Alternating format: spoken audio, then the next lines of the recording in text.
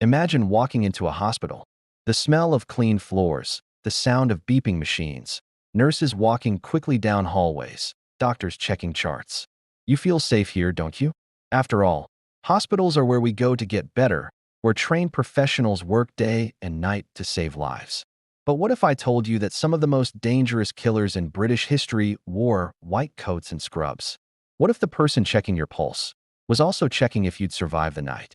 This isn't fiction. This isn't a horror movie. These are real stories from hospitals across Britain, where trust became a weapon and medicine became murder. Welcome to a world where the people sworn to heal chose to kill instead. The year was 1998, in a small English town called Hyde. Nothing special happened there most days. People went to work, kids went to school, and elderly folks visited their local doctor for checkups. One doctor, in particular, was very popular. His name was Harold Shipman. Everyone called him Dr. Shipman with respect. He'd been practicing medicine for decades, and older patients especially loved him. He even made house calls. In the 1990s, when most doctors had stopped visiting patients at home, Dr. Shipman still did it. He'd show up with his medical bag, check on you, give you an injection if you needed it, and make sure you were comfortable. He seemed like the perfect doctor. But people were dying. A lot of people. At first, nobody noticed. After all, Dr. Shipman worked mostly with elderly patients. Old people die, right? It's sad, but natural. Except the numbers just didn't add up. If you're finding this story gripping, hit that subscribe button and drop a comment telling me which British true crime story I should cover next. Trust me, you won't want to miss what happens next in this investigation. A local undertaker named Alan Massey started feeling uneasy. He'd been running funerals in Hyde for years, and he noticed something odd. Too many of Dr. Shipman's patients were dying, and they were all dying the same way. Sitting in chairs or lying on sofas, fully dressed, looking almost peaceful, like they'd just fallen asleep. Death doesn't usually look that tidy. Massey mentioned it to other funeral directors. They'd noticed it too. But what could they do? Accuse a respected doctor of what exactly? The patients were old. They had health problems. Then came Kathleen Grundy. Mrs. Grundy was 81 years old, but she wasn't your typical elderly woman. She was the former mayoress of Hyde, active in her community, healthy, and full of energy. She swam regularly, volunteered, and helped organize charity events. Everyone knew her. Everyone loved her. On June 24, 1998, Dr. Shipman visited Mrs. Grundy at her home. He said he needed a blood sample for a survey he was doing on aging. She agreed, of course. Why wouldn't she? He was her trusted doctor. A few hours later, she was found dead on her sofa. Dr. Shipman was called to examine the body. He didn't seem surprised. He said she'd probably died of old age and saw no reason for an autopsy. But her daughter, Angela Woodruff, was a lawyer, and she smelled something wrong. First, there was her mother's will. A new one had been badly typed up, full of errors, leaving everything, about £386,000, to Dr. Shipman. Not to Angela, not to charities. Everything to the doctor. Second, her mother had been healthy. She had no history of heart disease. Why would she suddenly drop dead? Angela went to the police. They were skeptical at first. A respected doctor? Surely not. But Angela pushed. She demanded answers. And so, they started looking into it. They exhumed Kathleen Grundy's body, and when they tested her remains, they found something that changed everything: a lethal dose of diamorphine. That's the medical name for heroin. Mrs. Grundy, the healthy former mayoress who didn't even drink alcohol, had enough heroin in her system to kill several people. Suddenly, all those other convenient deaths didn't seem so natural anymore. Police started digging into Dr. Shipman's other patients. They exhumed more bodies. Test after test revealed the same horrifying truth over and over: massive amounts of diamorphine. Dr. Shipman had been injecting his patients with lethal doses of drugs and then watching them die. Sometimes he'd sit with them. Other times, he'd leave and come back later to discover the body. He would then sign the death certificate himself, listing natural causes like a heart attack, old age, or a stroke. But it was murder. Again and again and again. When police finally arrested him in September 1998, the investigation exploded into something nobody was prepared for. They reviewed patient records going back decades, interviewed countless families, and scrutinized every death certificate he had ever signed. The numbers were staggering. Dr. Shipman had killed at least 215 people. Some investigators believe the real number could be as high as 250, maybe even more. We'll never know for certain because he'd been doing this for so long, and so many of his victims had been cremated. 215 confirmed victims. Let that sink in for a moment. This wasn't a doctor who snapped one day. This was systematic, planned murder. He had been killing his patients for over 20 years, possibly since the 1970s. Why did he do it? That's the question that still haunts everyone. Dr. Shipman never explained himself. He never confessed. He never showed any remorse. Even after being sentenced to life in prison with no chance of parole, he refused to talk about his motives. Some experts believe he enjoyed the power, the ultimate control over life and death. He was playing God. Others think he had a twisted need to be present at the moment of death, to witness that final breath. We will likely never know the true reason. In January 2004, Dr. Shipman hanged himself in his prison cell, taking his dark secrets with him. But Harold Shipman wasn't the only medical professional in Britain to betray the sacred trust of their patients. He was just the most prolific. In the 1990s, at Grantham and Kesteven Hospital, something very wrong was happening on the children's ward. Babies and young children kept having mysterious cardiac arrests. Their hearts would just suddenly stop. Doctors and nurses would rush in, perform CPR, sometimes saving the child, sometimes not. It was happening far too often to be a coincidence. And one nurse, in particular, always seemed to be there when these emergencies happened. Her name was Beverley Allitt. She was young, only in her early 20s, and she had just started working at the hospital. Imagine a nurse named Beverley. On the children's ward, she seemed like an angel. She'd volunteer for extra shifts, spending her time holding and comforting the sickest kids. She appeared to care so deeply. But then, a terrifying pattern emerged. Children on her ward kept getting sicker. They'd have sudden emergencies. Their oxygen levels would drop. Their hearts would stop. And Beverley was always right there. Between February and April of 1991, 4 children on that ward died. 9 others suffered life-threatening attacks. The hospital was in a state of confusion. Was it a strange new virus? Faulty equipment? Nobody knew. Then, a doctor made a chilling discovery. They checked the blood of one of the sick children and found a massive, unexplained amount of insulin. The child wasn't diabetic. Someone was deliberately poisoning them. The police investigation quickly zeroed in on who had access to these children during every single attack. One name kept showing up again and again: Nurse Beverley Allitt. She had injected children with insulin to make their blood sugar crash. She'd injected air into their tiny veins. She even suffocated babies. Sometimes she would heroically try to save them, creating a scene where she was the center of attention. Other times, she simply watched them die. The youngest victim was only 7 weeks old. Why would she do it? Psychologists diagnosed her with a rare and disturbing condition, Munchausen syndrome by proxy. She intentionally harmed others to gain attention and sympathy for herself. She craved the drama, the emergency, the spotlight that came from being the caring nurse in a crisis. In 1993, Beverley Allitt was sentenced to 13 life sentences. You would think a case like this would change everything. But the medical world struggled to accept that a monster could wear scrubs. So when the warning signs appeared again, people were tragically slow to act. Fast forward to 2003 at Horton General Hospital. In the intensive care unit, patients started having mysterious respiratory arrests. Their breathing would just stop.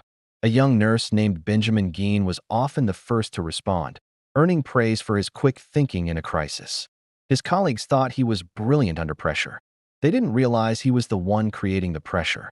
Benjamin was injecting patients with muscle relaxants, drugs that paralyzed the muscles needed for breathing.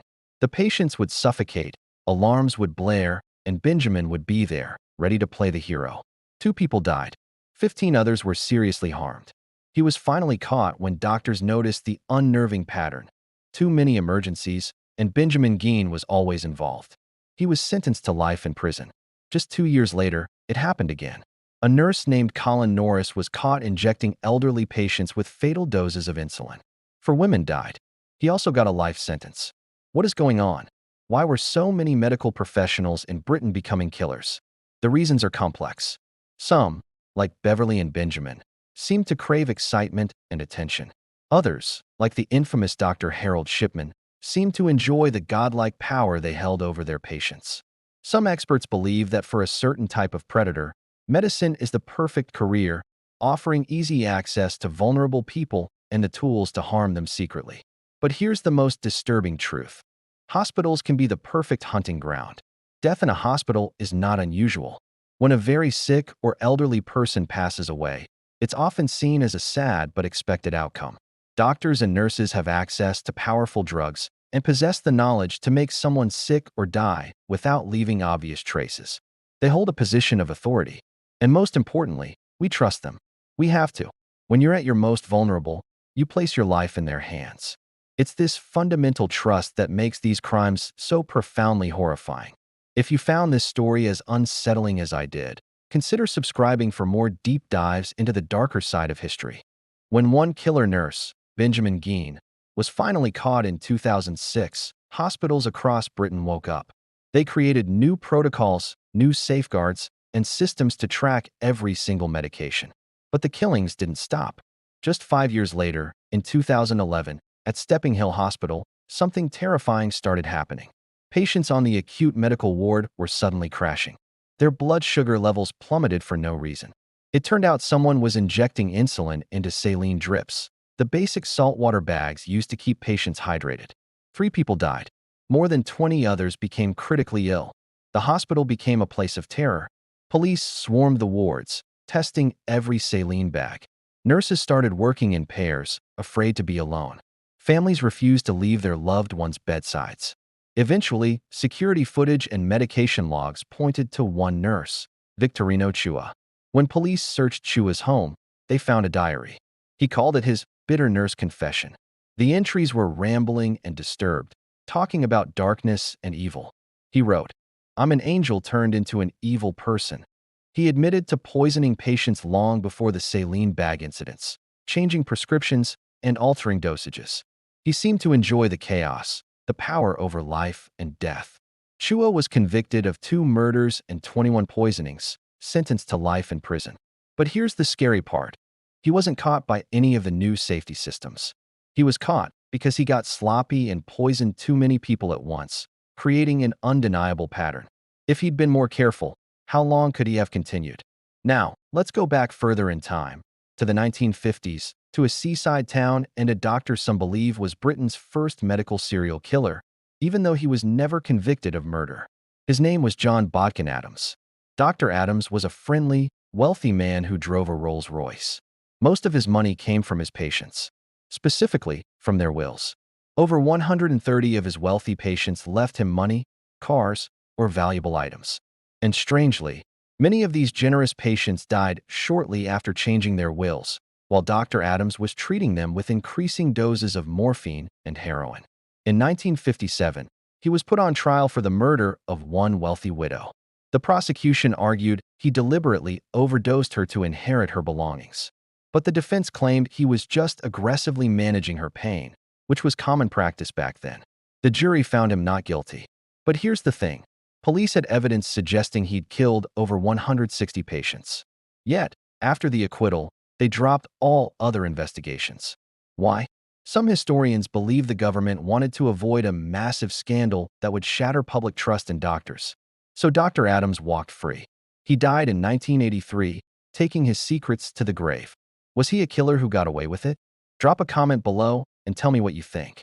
When you look at all these cases, Shipman, Allitt, Geen, Chua, and possibly Adams, they're not just random monsters.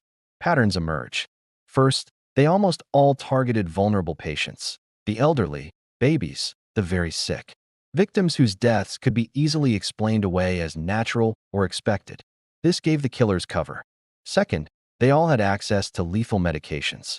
Insulin, morphine, muscle relaxants. These are powerful tools for healing, but in the wrong hands, they become untraceable weapons. Third, and this is the most crucial part, they were all trusted.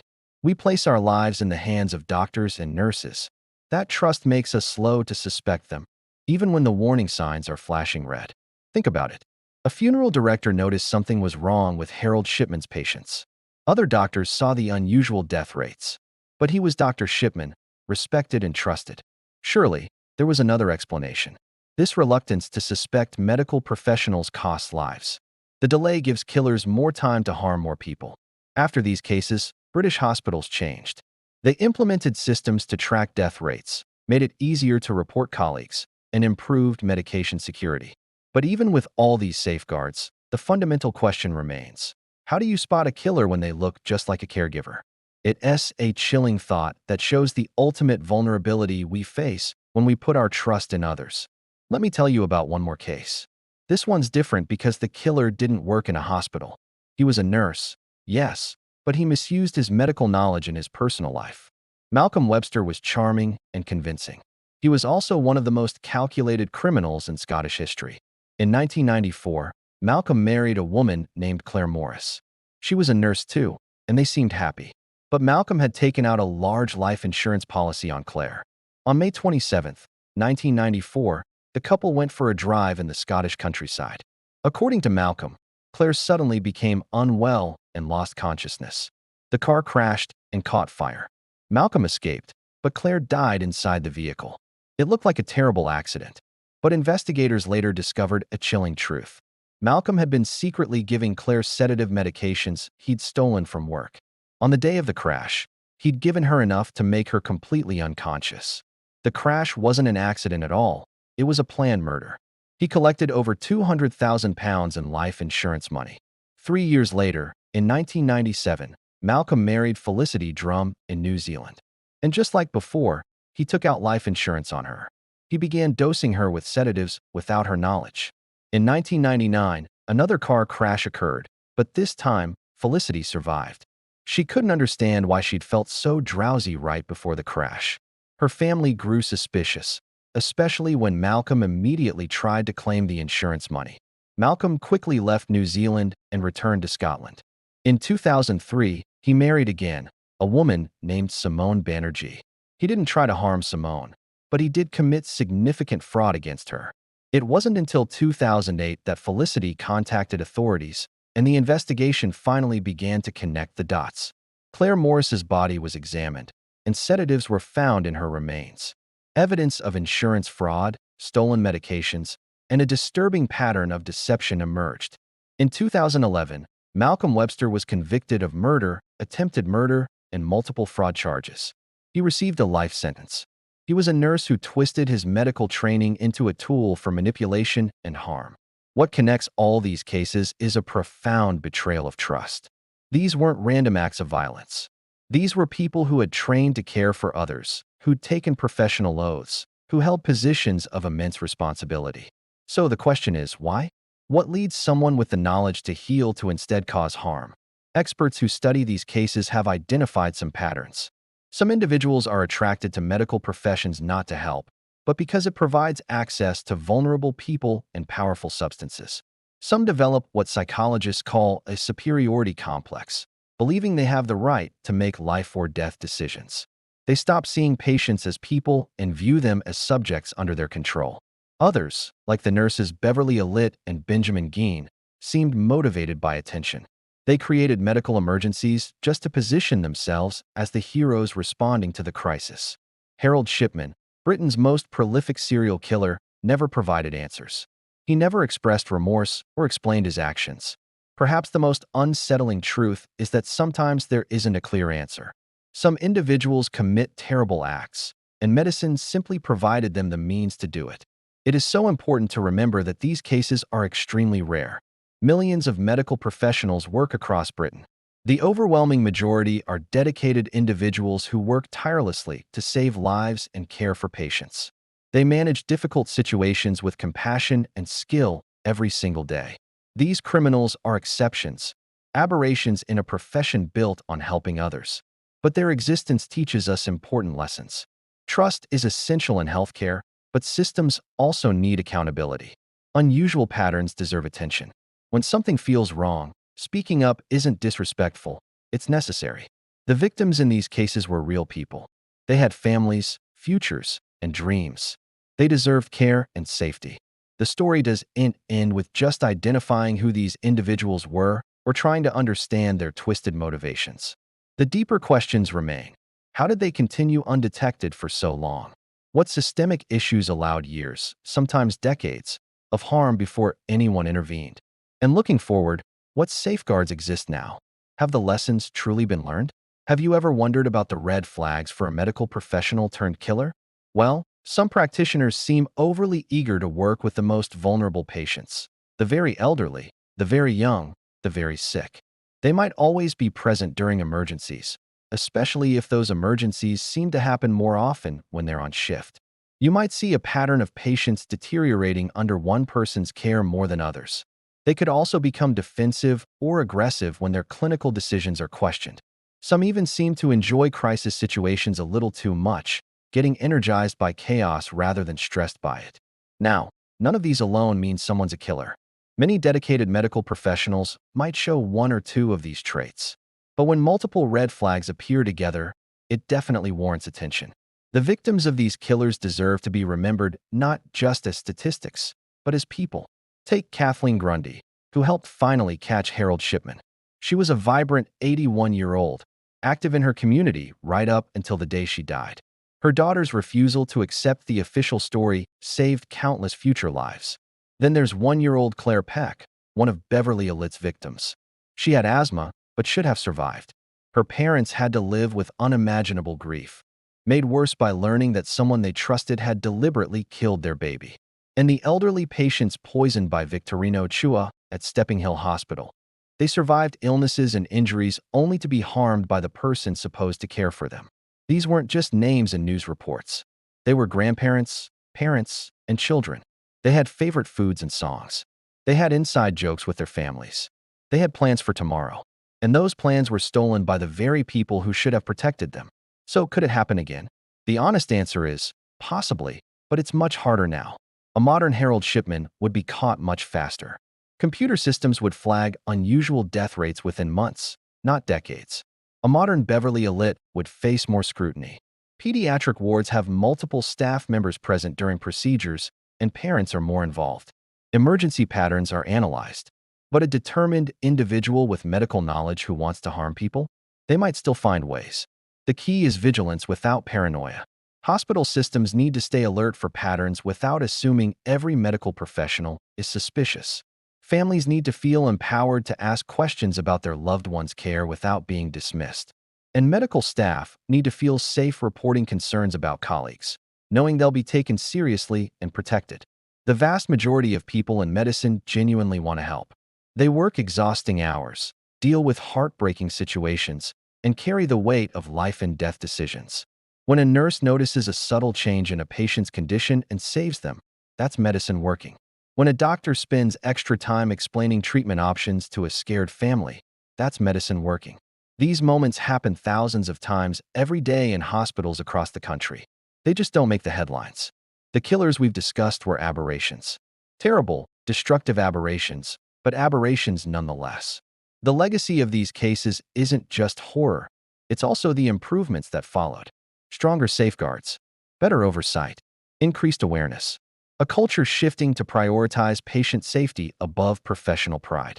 Every protocol created after Shipman saves lives today. Every medication security system implemented after Stepping Hill prevents poisonings now. Every whistleblower protection helps good people stop bad ones.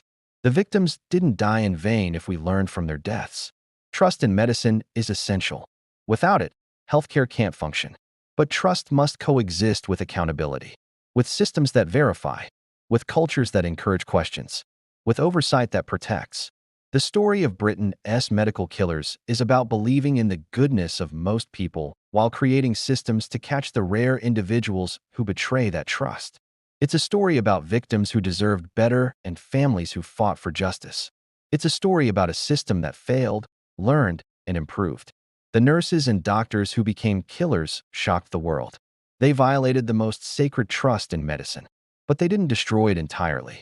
Because for every one of them, there are thousands of medical professionals who honor their oaths every single day. The real story isn't just about the killers. It's about the families who demanded justice, the investigators who didn't give up, and the reformers who built better systems to ensure these horrors never happen again. That's the story worth remembering. If you found this discussion important, please like this video and subscribe for more content that matters. Stay safe and stay informed.